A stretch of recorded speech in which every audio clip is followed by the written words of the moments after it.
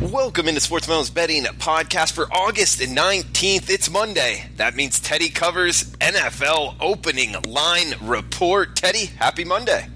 Hey, great to be here, Drew. Great to have you, man. This is one of my favorite podcasts of the week. Get set the table for the NFL, get on the good numbers, and get them before they move. But first, let's hit on tonight's Monday night game for all the people listening out there. We got -1 or pick'em. 49ers on the road in Denver, a mile high, 40 or 40 and a half the total. Teddy, any quick thoughts on tonight's Monday Nighter? Well, my first gut reaction was to look at San Fran plus the points, and the markets have clearly done that already, as you mentioned, down to pick 'em. Even the Niners favored in some spots because San Fran had the QB rotation that I was looking for. Garoppolo's going to get the start tonight. He's only going to be in for a cup of coffee. But behind him, Mullins and Beathard, that's a bet-on duo, and a duo that's fighting for the second-string job that you always like to see in preseason. So, in theory, that's bet on for San Fran.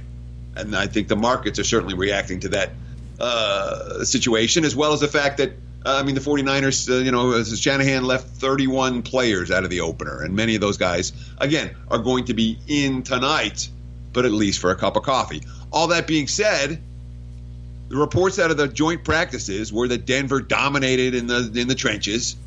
San Fran has cluster injuries on their offensive line. Going to be missing multiple starters. They're going to be rotating guys in and out tonight. They had false starts and holding penalties all game against Dallas last week. And for it's not like Denver's not coming to play tonight.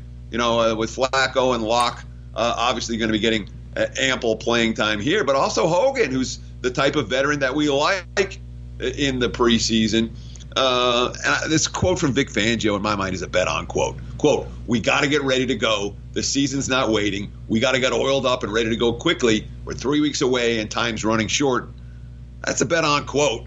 We'll see if it matters or not. And, of course, we'll see how much Brett Rippon plays for Denver tonight. We have not gotten a specific QB rotation from Fangio and the Broncos this evening, which is another reason why we've seen as much, perhaps, San Fran money as we have in recent betting action.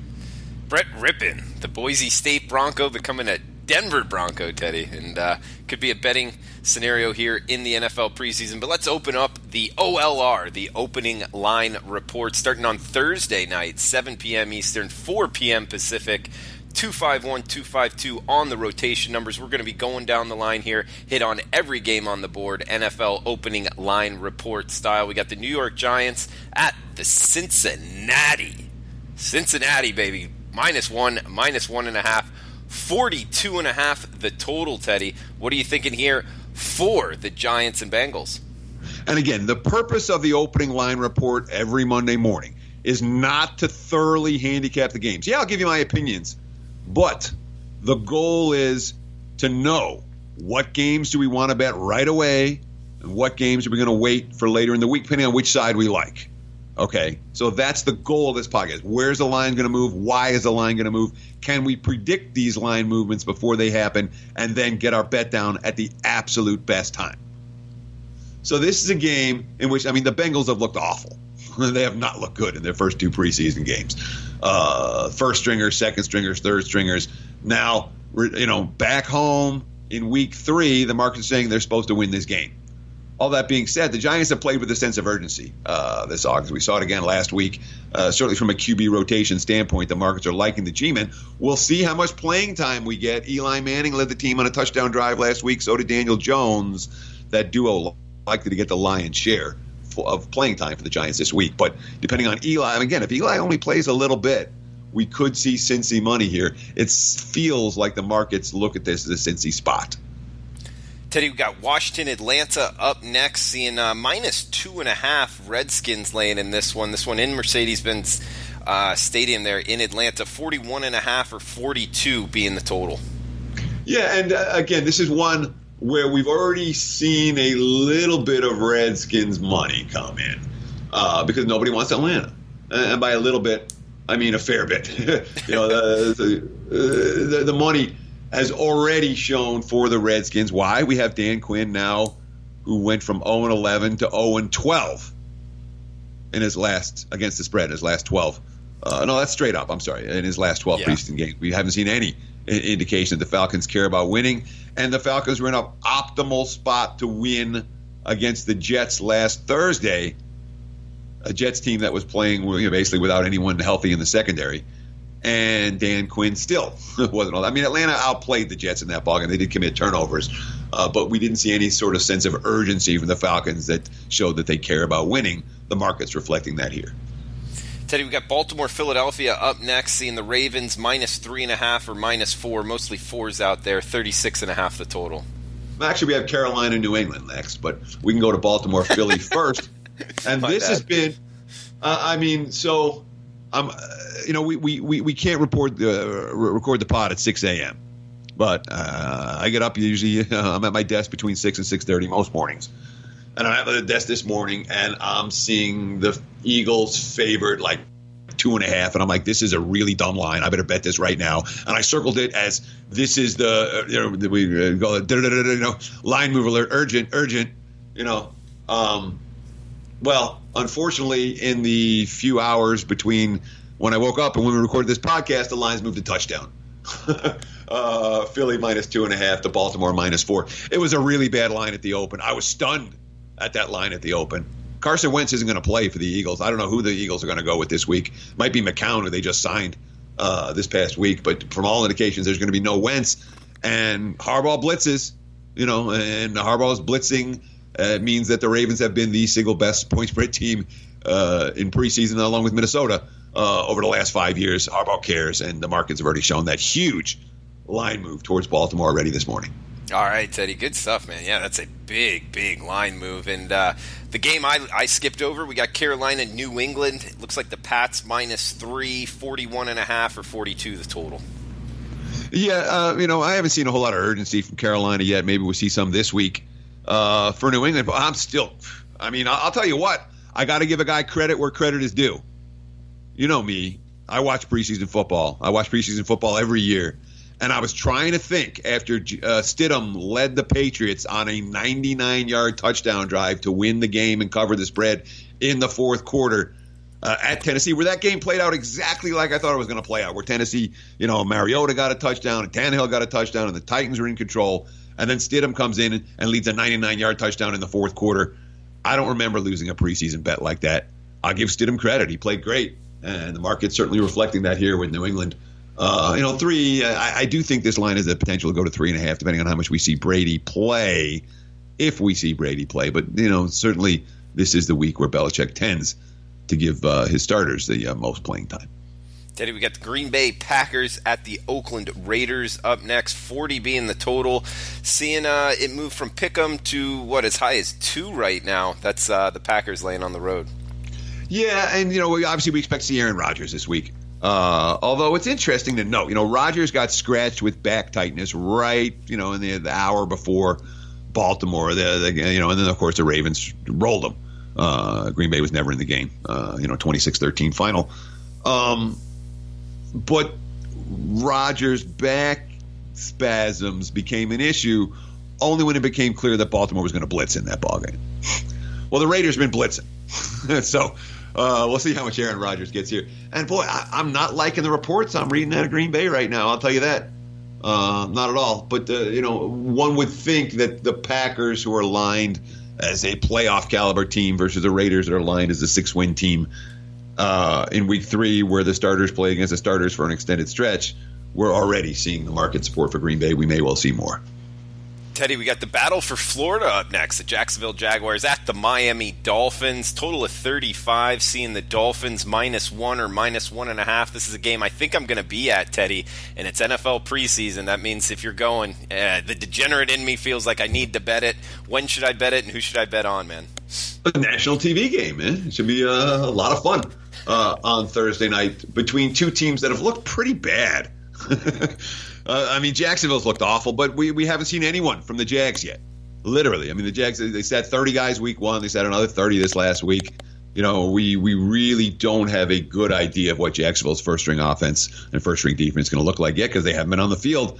All that being said, the less Gardner Minshew Jags fans see, or Jags backers see, the happier they'll be. I was reading reports, he bounced back with a strong – no, he didn't. The rookie QBs in their first preseason are likely to struggle. That's why Stidham, what he did for New England, really stood out to me over the weekend. Not that Miami's been great. The QB battle for the Dolphins, Fitzpatrick was awful in week 2. So, and to see the concept of Miami favored against anybody right now in a game that could be meaningful is a little bit surprising to me. If we're going to see money in this game, I would expect to see Jags money more than Miami money. All right, and that finishes the Thursday card. We got Friday and Saturday action as well as Sunday as well, too. Teddy, I wanted to ask you a question before we get into the Friday's action. You bring up Jacksonville resting, upwards of 30 players. I think a couple other teams kind of rested more than we've seen in the past. Do you think this is a phenomenon going to be it's going to be tough to stop here in the NFL preseason with teams resting more players than we've seen in the past, or no, this happens every year?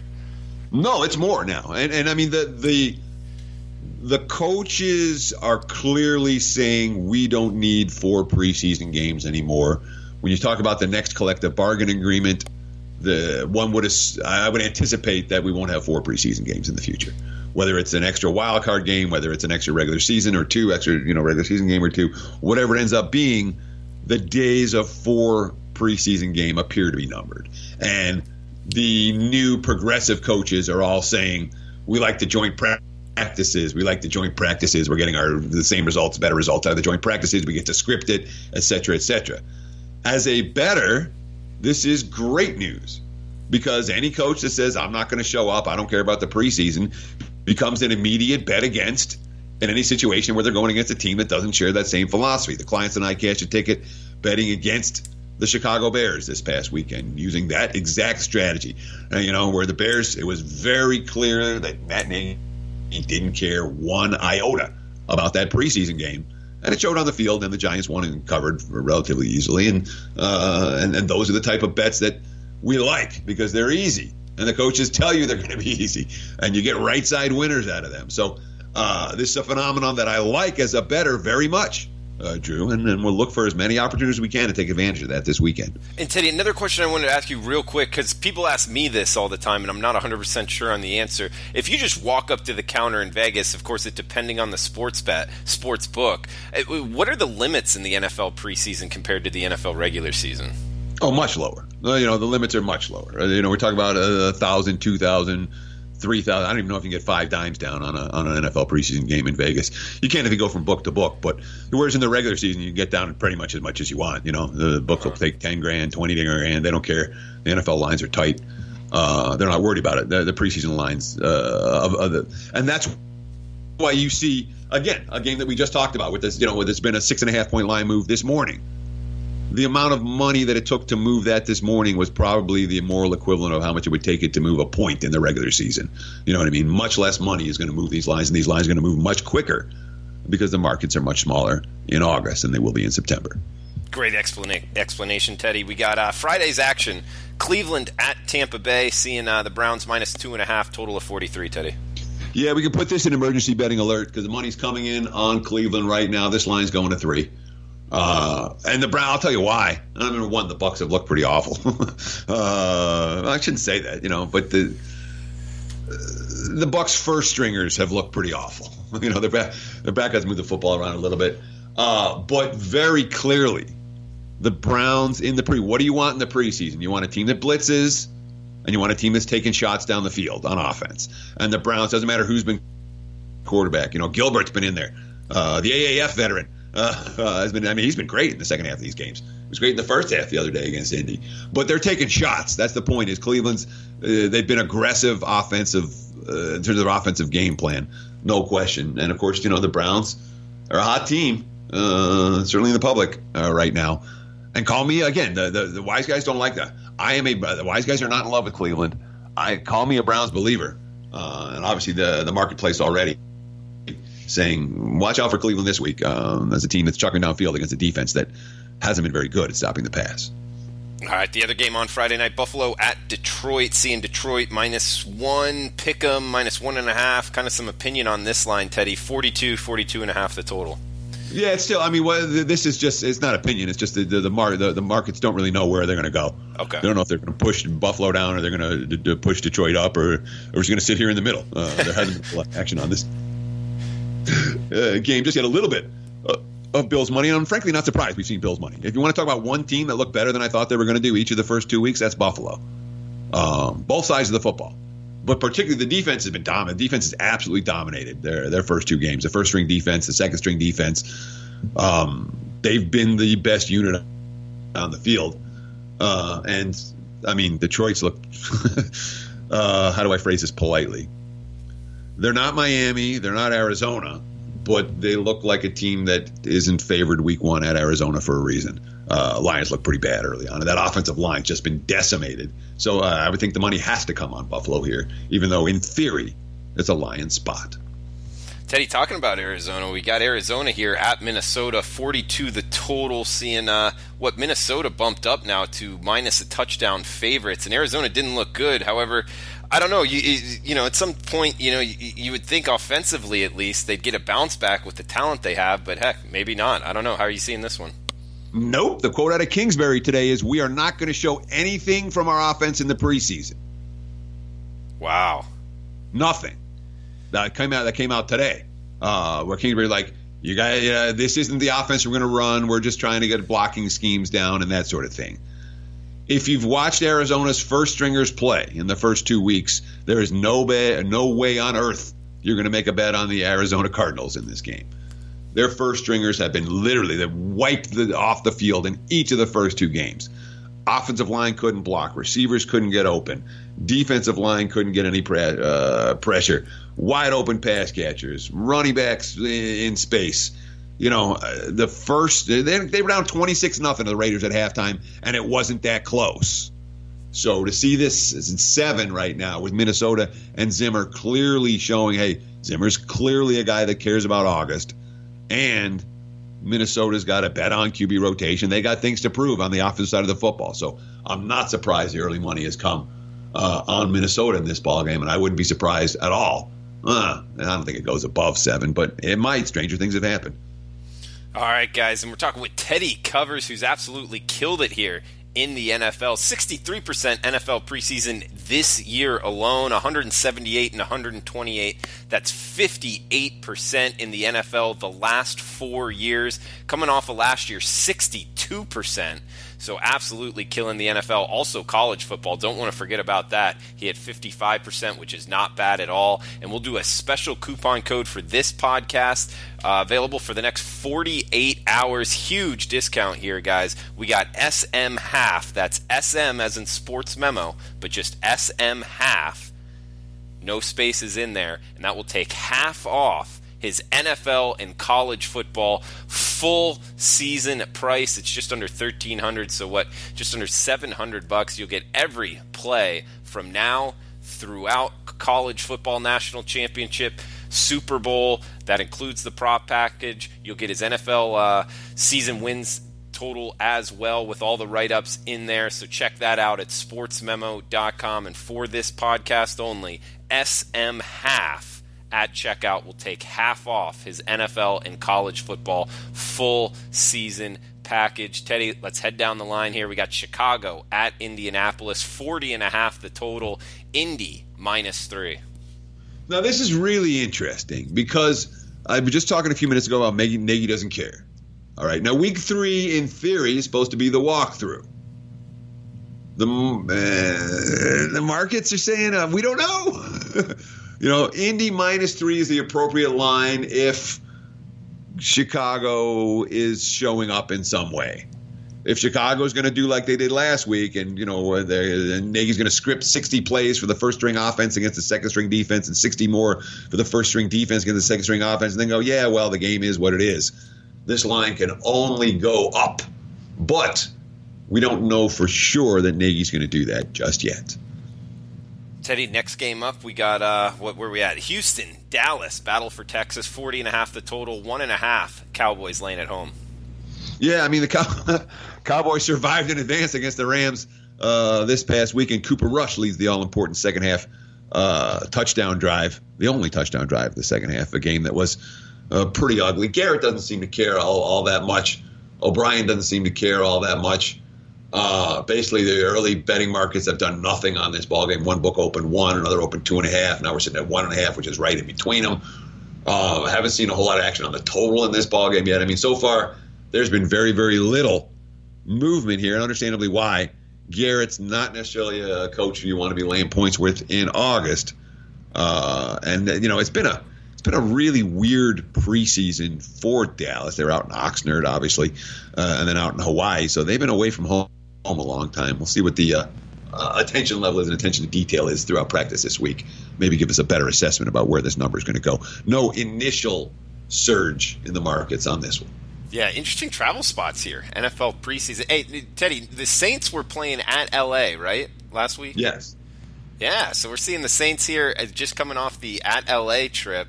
Now they're going to New York to face the New York Jets, and they're still laying 1.5 or 2, 42.5 the total. I mean, overall opening line report analysis, but also, how much are you factoring into this travel spot?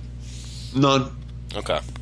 I mean, honestly, because remember, when you the markets are factoring in a whole lot, and we're not talking about games where everyone's game planning and there's only a handful of players playing. You know, these are preseason games where a lot of different guys are going to see action, and that will have an effect. Obviously, the Saints took a bunch of money last week. By a bunch of money, I mean a bunch of money. Chargers opened 3, Saints closed 2.5, -20 or -3 in a lot of spots. So a 6-point move in favor of New Orleans, and of course the game landed in the middle. With the Saints winning by 2, only because Taysom Hill came in and led a couple of touchdown drives in the second half for the Saints to bring them back. Now, in the Week 3 walkthrough, the markets are saying, hey, the Saints are better than the Jets. The first stringers are a lot better than the Jets. And Taysom Hill, look what he did last week against third stringers. He's the second coming of whoever. We see this every year in the preseason where some quarterback comes in and lights up a third-string defense, and they go, wow, this guy's great, Go easy on Taysom Hill just yet. But certainly we're seeing Saints support in the markets early. New Orleans starters projected to be a whole lot better than Jet starters this season. Teddy, I'm not seeing lines on the next 2 games. Are we talking them? Well, you know why you don't see lines in the next 2 games? San Fran at Kansas City and Denver at Oakland. They're both playing tonight. San Fran's playing this evening. Denver's playing this evening. So we will have lines posted both of those games tomorrow. And no, I'm not going to actually – Week 3, I guesstimate lines, but I'm not going to – and I did actually a decent job this week. I was only way off on one of them. But I'm not going to do that until after the game's played tonight. So I haven't even made a look headline for these 2 yet.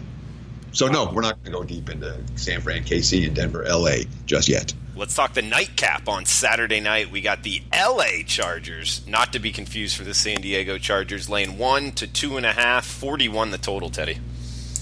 Yeah, and I mean the Seahawks, another team that has seen a fair bit of betting market support, and understandably so. Pete Carroll's a coach who seems to care about it. They weren't sharp. If you watched the game yesterday, the first string offense wasn't a let's click type of ball game. Wilson missed receivers and he wasn't in the game for long. I would expect him to play a lot more this week. This is a game where the information is likely to move this number, but from the we don't have the information yet. I don't want to presume anything. You see that all the time, where especially the commentators, the national commentators, they presume, this, that, the other. Don't presume in August, even in Week 3. Let's see what the coach's quotes for these 2 teams. Right now, we've seen very little movement off the opener, a little bit of money towards the Chargers. And the Sunday night game, we got Pittsburgh, Tennessee, 40 the total, seeing the Titans -1 to -2.5.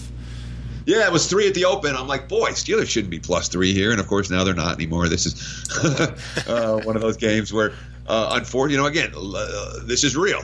We don't want to give – there's so much nonsense out there about how to beat sports. If you want to beat the NFL preseason at its best, be ready to bet first thing Monday morning when you see the line start to move. Because, again, that's a line that couldn't hold and didn't hold. We talked about Tennessee. And Tennessee has what you like for Week 2 of the preseason. Because the first-string QB with Mariota – and then I'm telling you, Tannehill's looked good playing with the backup so far this August. He's making plays, and he's supposed to. So if you got Mariota, Tannehill as the QB duo in this ball game, that's bet on. Although It's not like Rudolph and Dobbs are bad for Pittsburgh either. And the Steelers, another team, Tennessee has not shown I'm chucking it downfield so far. Pittsburgh showed a fair bit of that. They didn't connect on a whole lot in yesterday's game, but was that yesterday or the day before? Gosh, doesn't matter. Over the weekend, they didn't connect a whole lot. But they did take those shots, and the teams that take shots, again, if you're throwing downfield in August, you're supposed to have success. No surprise we've seen Pittsburgh money in early betting action today. Teddy, great stuff, man. Anything else we need to throw out before we shut this down? No, man. I appreciate you guys taking time out of your busy Monday to spend with Drew and I. I'll do my best to give you the best information I have. I watch all these games. I go through all the play-by-plays and the box scores, so I know what's going on. I hope, and hopefully some of these opinions will help put a few shekels in your pocket. So thanks for listening. We appreciate it. Enjoy the games, and good luck. Good luck, guys. And remember the coupon code SMHalf at checkout for Teddy covers, or you could use it on mine, Drew Martin's full season NFL college football. The combo package for half off. We'll keep it active for about 48 hours. Take half off, 50% off. Huge savings there, guys. Coupon code SMHalf at checkout. Best of luck with your bets, guys.